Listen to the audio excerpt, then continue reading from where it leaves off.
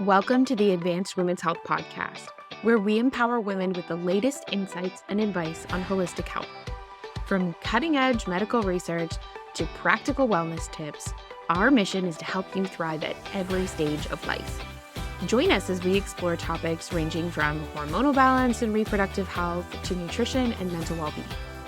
Whether you're seeking solutions for a specific health concern or simply want to enhance your overall wellness, you're in the right place. Let's embark on this journey to better health together. This is the Advanced Women's Health Podcast. Hello, everyone. Welcome back. We are doing another after hours episode today, talking about pain with intercourse, which is something that we see in our offices all the time. I think I probably talked about pain with intercourse 3 or 4 times this week. So it is a really common topic and something that not a lot of people talk about. So I am here with Dr. Lauryn and Dr. Aless, and we are going to just really, the goal with these episodes is always to normalize something that feels so personal and so private. And when we have a culture of shame and dehumanization when it comes to sex, I think we just need to put that out there, right? And so when you're experiencing symptoms around intercourse, there's so many questions, there's so many uncertainties. It's not exactly a topic people love to get into when they have 5 to 7 minute appointments. But there's very few people that book in specifically to see me to say, I have pain with intercourse. I just ask them, hey, are you experiencing pain? What's going on here? And we'll talk about low libido in another episode, but there's a really big connection. I always say, if you're in pain, the only reason to have sex is weird. It's weird. It's straight up when you think about it from a non-emotional, non-connected, it's strange as, right? And so from that space, if you're not getting connection from it, if you're not getting any pleasure or enjoyment from it, then why would you want to have it, right? Why would that be something that you would go towards? So it's one of the causes of low libido, but it's also so important medically. From our standpoint, it tells us about digestive health. It tells us about potential conditions like endometriosis. There's so many things we'll get into today. It's such an important sign. It's a cardinal symptom. It's very helpful. So we're going to dive into all of those things today. So you've been warned. If you need to put in headphones, you've done it by now. And Aless, why don't you take it away and tell us a little bit about what people often hear in terms of dyspareunia? Yeah, definitely. So I love how you started it with the whole shame and embarrassment that can be surrounded with it. So I think it's super important that on these after hour podcasts, we're addressing that and the things that people don't really want to talk about. So when we hear dyspareunia, that's basically the fancy medical term for pain with intercourse. And when we think pain with intercourse, where is this pain? We want to focus around the pelvic region. So this pain could be anywhere from more external, so labia, clitoris. We could be moving more internal. So the introitus, which basically is the entry point into our vaginal canal. So introitus, vaginal could be discomfort, pressure in the pelvic region as a whole, and ultimately all surrounding intercourse, heterosexual intercourse, or something, being inserted into the vaginal canal. Usually that kind of goes hand in hand with even tampon insertion sometimes. So all super important things to talk about. And Sarah, like you kind of alluded to, sometimes these things can be easier, more simple fixes, but sometimes they can be a bigger concern and a symptom of an underlying medical condition that we need to pay more attention to. Absolutely. So this is where we get personal, right? When I'm talking to someone and they said they have pain with intercourse, we're like, hey, let's do this thing. Is it pain on insertion, right? So as Alice said, the introitus. So the reason why these things are really important is that when it's deep penetration pain, right? Or certain positions. And this is where I mean, you can get as comfortable or uncomfortable with us as possible, but I need to know what position you're having intercourse in to know how to treat that, right? People are like, do you mean missionary? I'm like, yes, that is what I mean. I mean the exact position that you have reproducible pain, because your organs move differently in different positions in your body. I think it's very logical when we think about it from a place outside of sex. If you have your feet like your ankles up around your ears, your ovaries and your uterus are tilted in a different direction than if you're sitting on top of someone. But that is, again, a situation where people are like, "Ah," but to me, it's literally anatomy, it's physiology, it's the foundation of what could be happening. So when you have pain with insertion, there's androgen. So male sex hormone receptors are really concentrated in that first part of your vaginal canal. So when there's not a lot of lubrication and or those androgens are not up to snuff where we'd like them to be, which is an epidemic we see right now. There's a lot of women with a lot of low androgens, right? Then you can experience that type of pain. When you get deep pain, I always say I have the worst ovaries and uterus analogy ever, right? But it's like if you look at this as your cervix, right? This as your uterus and these as your ovaries. If you are hitting your cervix, it moves things, right? So things get pulled around. So if you have adhesions, if you have endo, if you have pressure sensitive, like it's called central hypersensitization, which means that like normal movement can cause a feeling of pain in your body, which is because of gut bacterial issues. If you have constipation, right? If you have a UTI, a low grade infection, those are all reasons why movement could cause pain. From that space, right? There's that deep pain. There's also, as I said, there's pain from lack of lubrication, right? Which can happen at the beginning, but it can also happen at the end, right? I'm like a huge fan of reality TV. And so they were talking, and there was on Love Island, and they were like, approximately how long do people last during intercourse? And I think they said the average was 5 minutes. And I was like, oh, excuse me. I'm pretty sure no. Like, we need to treat that person, right? But from that standpoint, there's a massive range with respect to how long people have intercourse. It could be 2 minutes, it could be an average of 5 minutes, it could be 45 minutes, right? And so the amount of lubrication that you require in order to make that a smooth movement is going to vary depending on a lot of different features and factors. But if you're having that tearing, ripping pain towards the end of intercourse, we're looking at lubrication. If it's that dry and comfortable, we're looking at lubrication. If like low-grade infections can also contribute to this. There's something called a Bartholin gland, right? Inflammation happens in those areas that can contribute to that. So there's all of these different things. And then as Alice was saying, it's like there's vulvovaginal changes. So there's so many different features that we need to think about when we're looking at the types of pain, let alone we're not going to talk about this today, but like some people get severe headaches and migraines when they orgasm. Like the rapid changes in blood flow and histamine are contributing to this like severe head pain, right? And so there's all kinds of things that happen. And I've had patients that have been my patients for 2, 3, 4 years. And then all of a sudden they'll be like, so, and as soon as someone's like, they just like get all twisty in their chair, for anyone who's not on video, they're just like, and I'm like, okay, let's do it. What's up? What do you have to tell me? Right. And they're like, is it normal to like feel like your head is exploding when you have an orgasm? I'm like, well, it depends on the type of orgasm, TBH. But if it's like painful and uncomfortable, definitely not. So it's all of those things that I think are really, really important that we cover. And I think like some of the direction we can get from that too is like, when did it start? Was it postpartum? Is it perimenopause and menopause? Where in your life did some of these changes start happening? And kind of giving us some of those clues too as to what may be contributing to that. Is it just with one partner? Yeah. Right? Like, have you always had that? Is it just with this partner? Because again, we don't talk about this near enough, but every inserted device, person, whatever that is, has its own microbiome, right? So is it a device and or sex toy that you've used for too long and not cleaned? Is it a different penis? that has its own microbiome? Is it a different lube that you're using? Like there's so many things that we kind of tick through from a medical perspective when we're trying to investigate that. But you're 100% right. Like I have so many patients who come in who are like, they're 6 months postpartum and they're like, oh, I have no libido. It hurts when I have sex.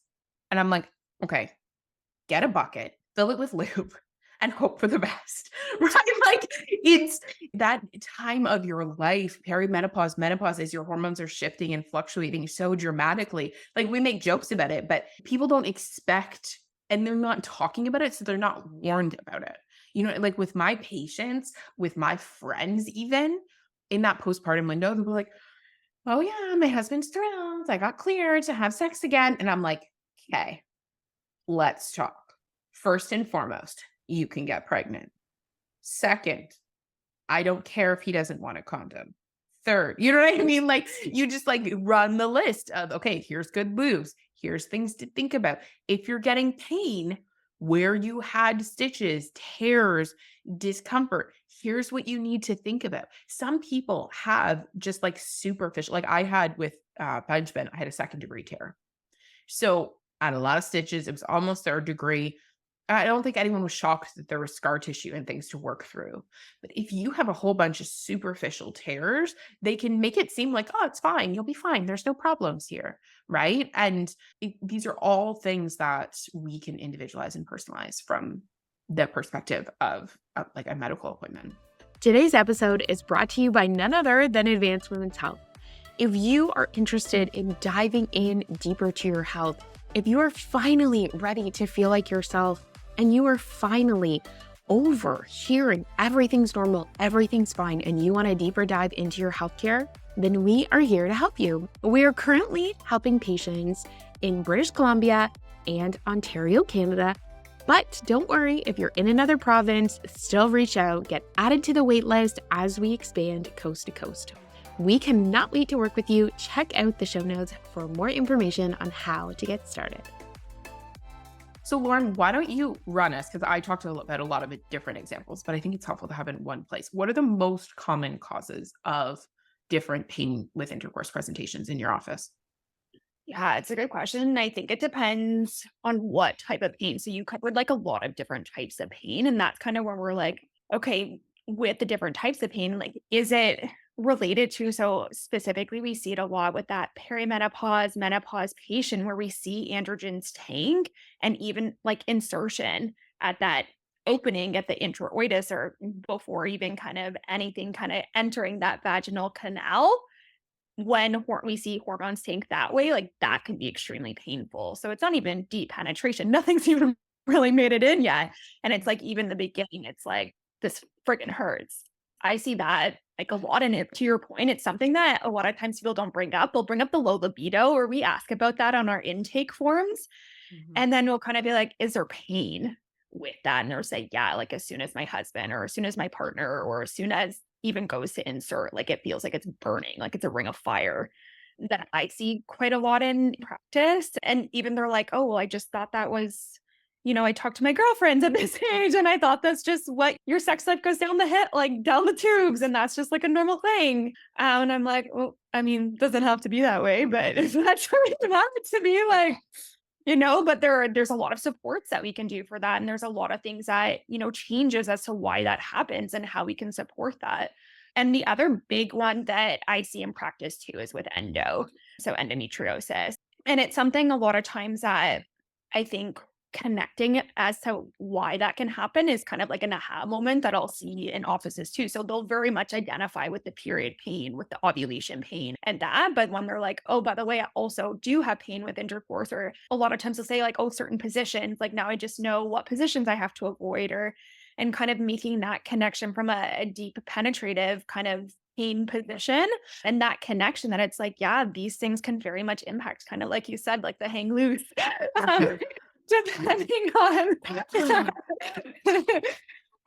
Depending on where those lesions are or adhesions or kind of what's happening from an anatomical position, depending on what the position is, like that can very much be really uncomfortable and to kind of just have that conversation about these things are all connected and we can offer support. Or I think like we talk a lot with pelvic floor physio being right next door. And if Mm. they're doing an internal assessment, they can physically feel some of the changes to the pelvic floor, specifically with adhesions and stuff that way.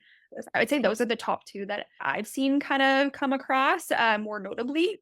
I Yeah. would say the other kind of three that often fall off the radar that I definitely want to make sure we cover today is lichen sclerosis, vulvodynia, and vaginismus, Mhm. especially when we're talking about pelvic physios. So most of our clinics at the time of recording have pelvic physios associated with them and or have pelvic physios coming into them.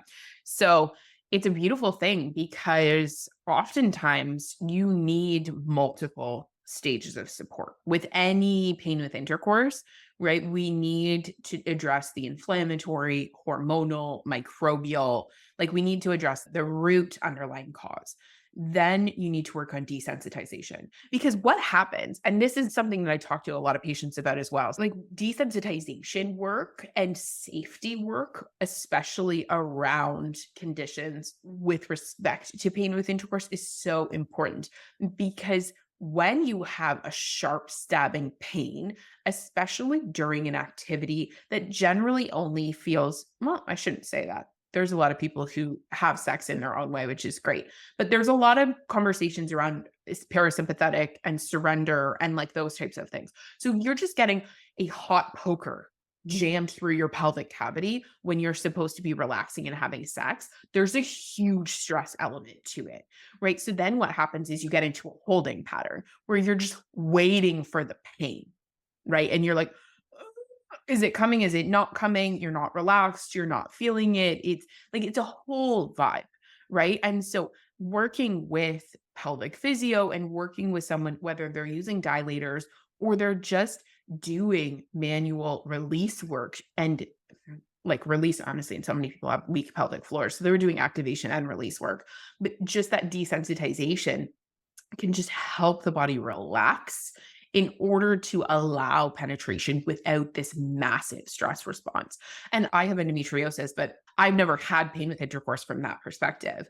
But again, having such a deep tear with childbirth with my first, I remember I was like, there was a couple times I was like, Jesus Christ, like that is pain with a capital P. Like it's uncomfortable, right? So if you're having that experience on a regular basis, it gave me so much empathy and grace for my patients because I was like, one, get fuck off. Like GTF, oh, bro, I'm not recovering from that. I need a minute. That was stressful, right? So if that is your experience on a regular basis and you're trying to connect, and that's the moment that you're trying to connect with a partner, and they've just, it's in their mind, they've just hurt you.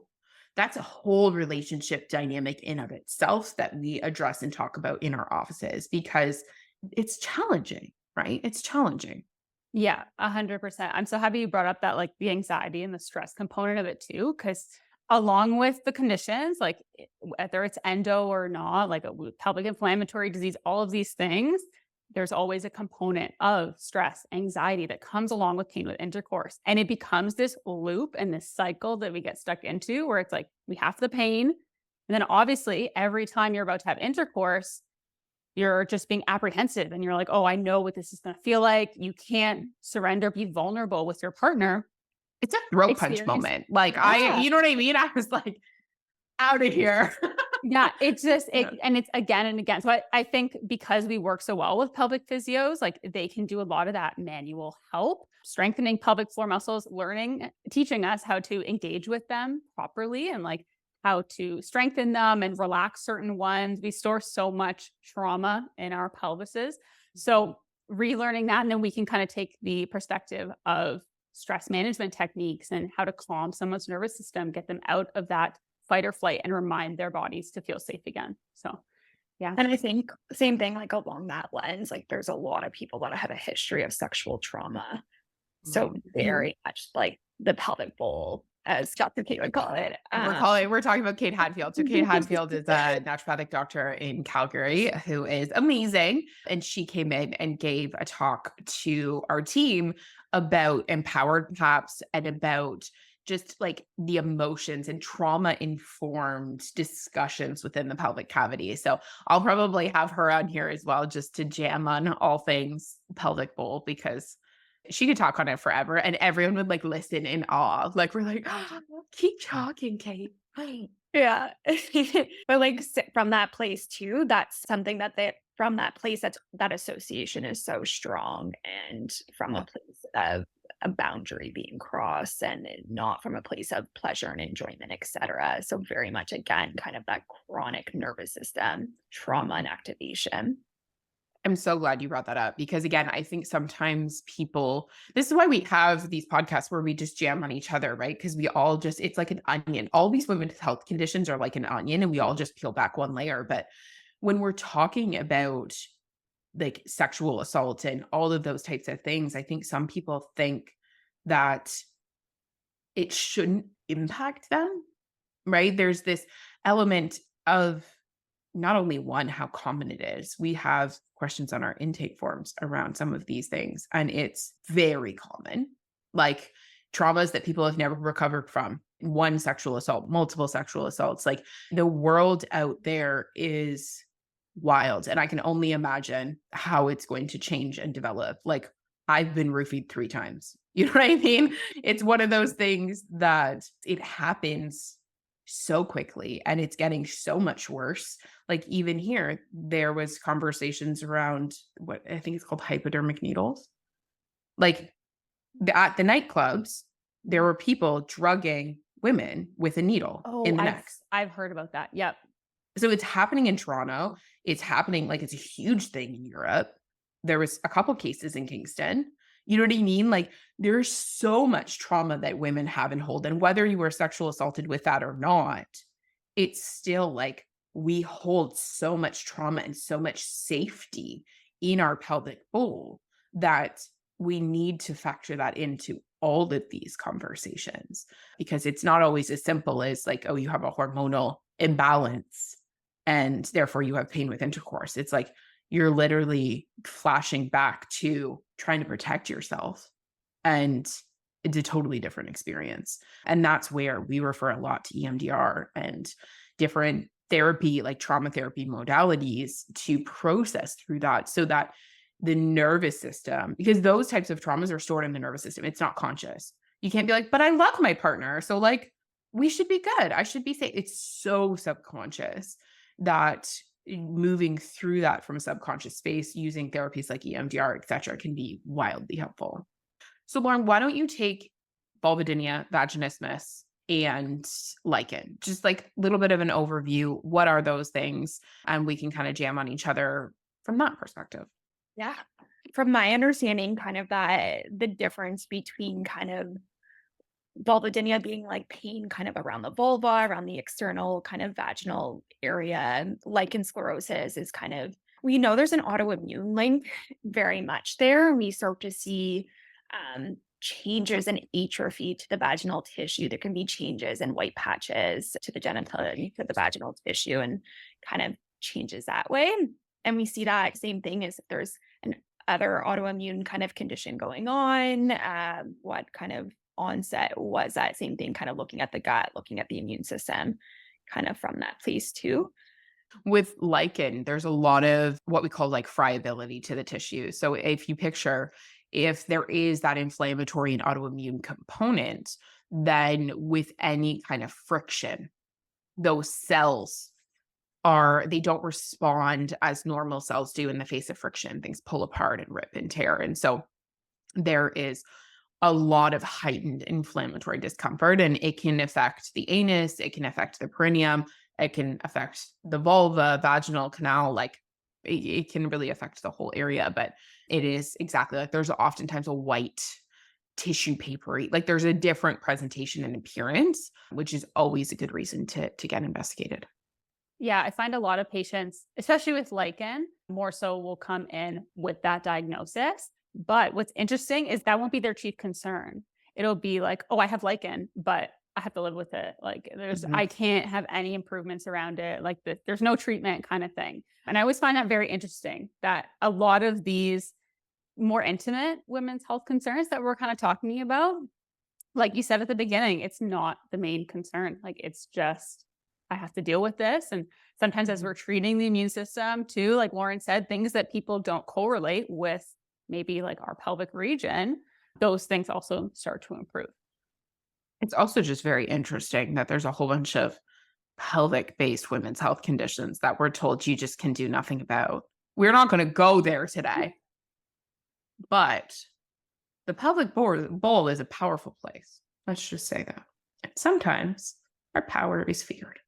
But yeah, and then the third one, just to kind of round that out, is vaginismus, right? So that tension within the vaginal canal, that kind of muscle contraction, a lot of pain with penetration, but not from a ripping, tearing perspective, from a contraction. Hard to insert a tampon, hard to insert a dilator.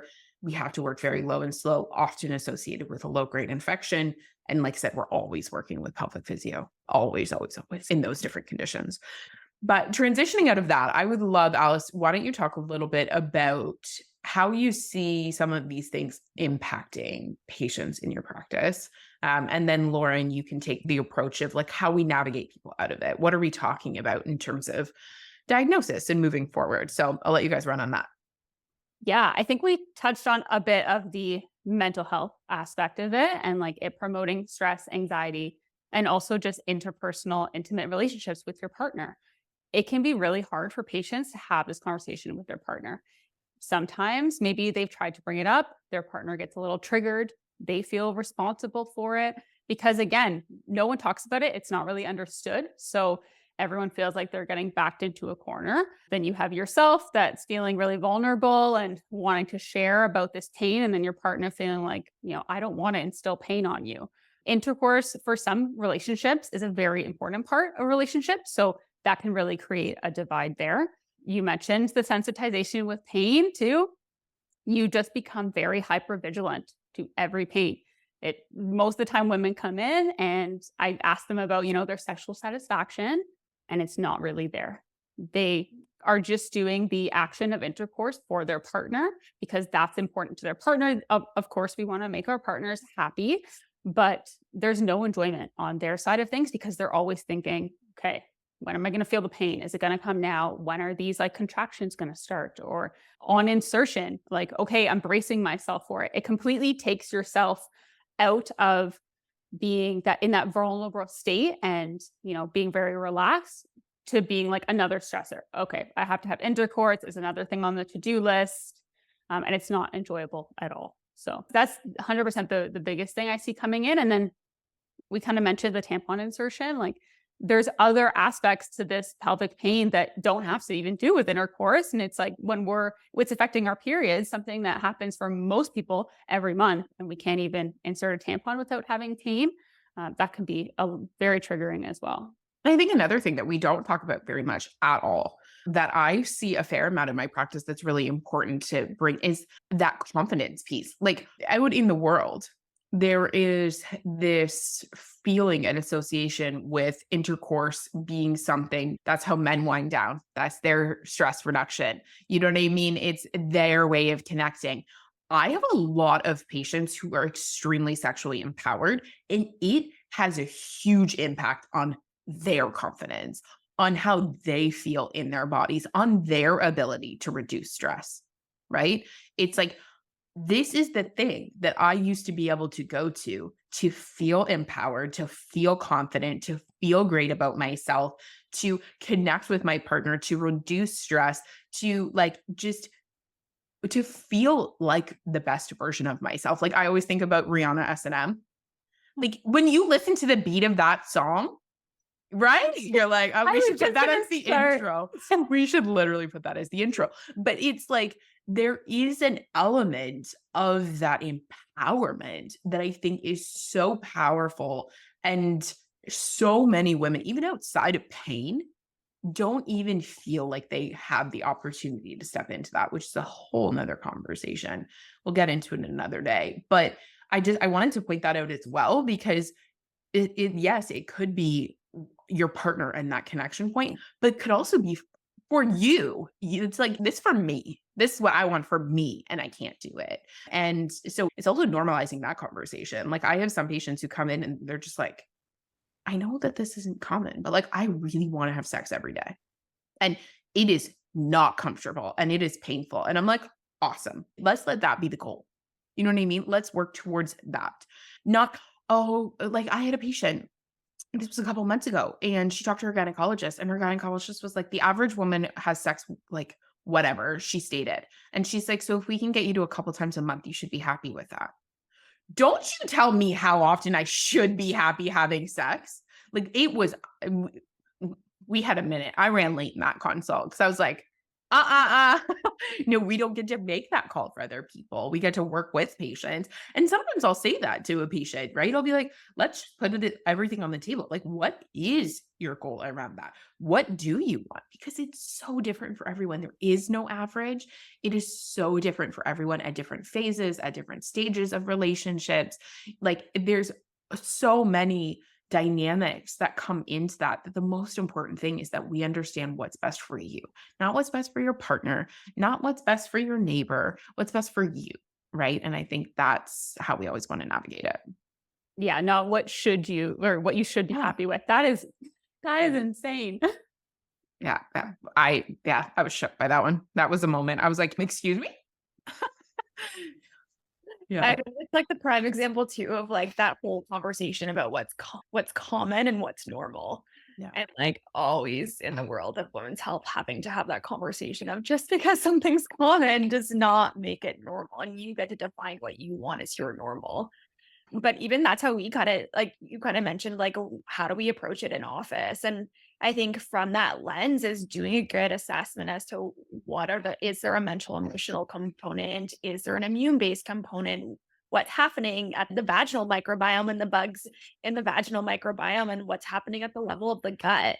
What's helping from a pelvic inflammation? And, where are we? Where are hormones at? Are we at a stage where we might see a hormonal impact? And there's changes there affecting lubrication, integrity of tissue that's making it uncomfortable, and asking all of those questions so that we can kind of be like, hey, what is the driving force behind this? Why is this uncomfortable? And why is this painful? Do we have to support inflammation? Do we have to support bugs? Do we have to support the immune system? Do we need to refer out to pelvic floor physio or EMDR or therapy? Like, what does that, comprehensive healthcare team look like, so we can kind of do those multiple layers to kind of get it to a spot where you can have pleasure and you can enjoy it. And it doesn't have to be this thing that you're like, every time it's like, it's Friday night and you're like, oh, fuck. I know, you're like, oh, it's on the calendar. Great. Fantastic. Thrilled about my life right now. Yeah. Totally. Totally. Yeah. And I think another big part to this too, that I'm super excited at Advanced Women's Health we can offer now is our PAP tests, our empowered PAPs, just giving the patient more resources to have that open, safe conversation with us and feeling more in control of their bodies, of their PAP tests, which can be feel like an invasive thing, but we don't want it to be invasive. So, yeah. And I think another piece too is just normalizing figuring out what works for you. Like, I know pelvic physios talk a lot about that, but I'll say to a patient, like, do you even know the point of pain aside from your partner hitting it and triggering it? Like, what can you do to navigate that space for yourself? Right? Whether that is using a variety of different, oh my God, today's day and age, there's like wands, this, that, you know what I mean? Or just like using your hand. Where does it hurt? When does it hurt? Does it feel lubricated? Does it not? Like, navigating those spaces on your own, I think, is really critical as well. And it's something that I feel like a lot of women aren't even comfortable. Like, it's a part of their own body and it's so foreign to them. They're like, what do you mean exploring that area myself? What do you like? Pardon? Yeah. Like that in itself is, so it's like, okay, well then if you're getting permission for someone else to insert something into that area that already feels so foreign, let's have a conversation about that. Totally. And like, we're not talking about like masturbate to manifest, which is like everywhere on Instagram right now, right? Like, if you want to do that, rock on with your bad self. I'm not on that side of Instagram. I'm like, what side? Everyone of Instagram knows what is happens this? on my Instagram now. Apparently, if you just masturbate, then you're just going to make a lot of money and business is just going to fall into your hands. It's feminine business. No? I'm dead. That hasn't come across my discovery page yet, but rock on with itself, Sarah. Welcome to your weekend. Every single time I get one of those posts that shows up, I'm just going to send it to you guys. I'm going to get them now, probably. My phone's listening to this conversation. Oh, man. Well, on that note, I would love to wrap up with one thing that you really want women to take from this, whether they have pain with intercourse or not. I would love to know what that is. And then we'll call it the end of Friday. You guys can go enjoy your own Fridays. I think from my end, yeah, I think it's normalizing that conversation around that it actually is very common to have pain with intercourse, and kind of just breaching that conversation that you're not alone, that, this is something that a lot of women go through and they just never talk about it because they're like, oh, like, I don't like, I'm just in my own little silo, and kind of normalizing that it's something that a lot of women experience and there's support for it. Mm-hmm. So it's not something that you have to sit in that silo and be like, okay, I guess this is just the way it is. Like, this is how we rock on. Like, so being like, what, there's a lot of women that do experience this, and kind of like lowering the stigma around that. But then it's okay to also be like, I don't have to accept this as the norm. Yeah.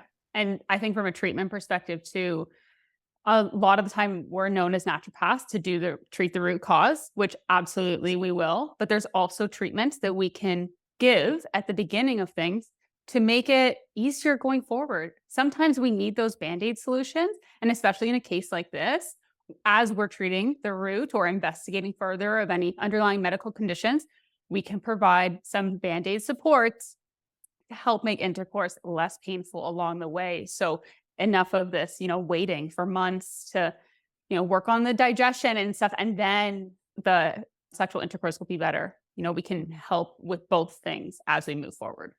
Totally. And then, yeah, I think honestly, the biggest take home in my mind is that we have whole professions dedicated to these things for a reason, right? There are so many people walking through it. There are so many areas that need to be explored and can be explored.